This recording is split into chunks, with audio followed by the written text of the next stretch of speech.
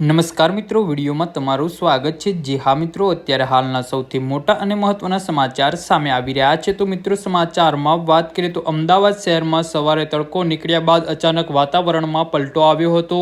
બપોરે પૂર્વ શહેરના અનેક વિસ્તારોમાં ધોધમાર વરસાદ શરૂ થતાં લોકોને ગરમીથી રાહત મળી હતી।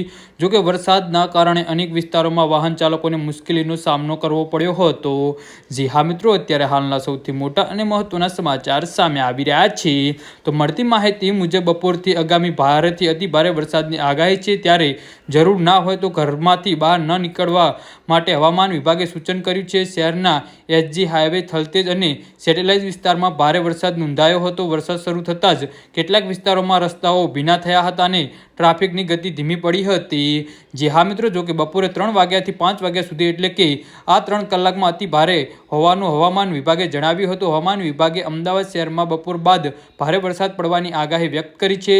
આગાહીના પગલે નાગરિકોને જરૂરી કામ હોય ત્યારે જ બહાર નીકળવા અને વરસાદ દરમિયાન સાવચેતી રાખવા સૂચના આપવામાં આવી છે।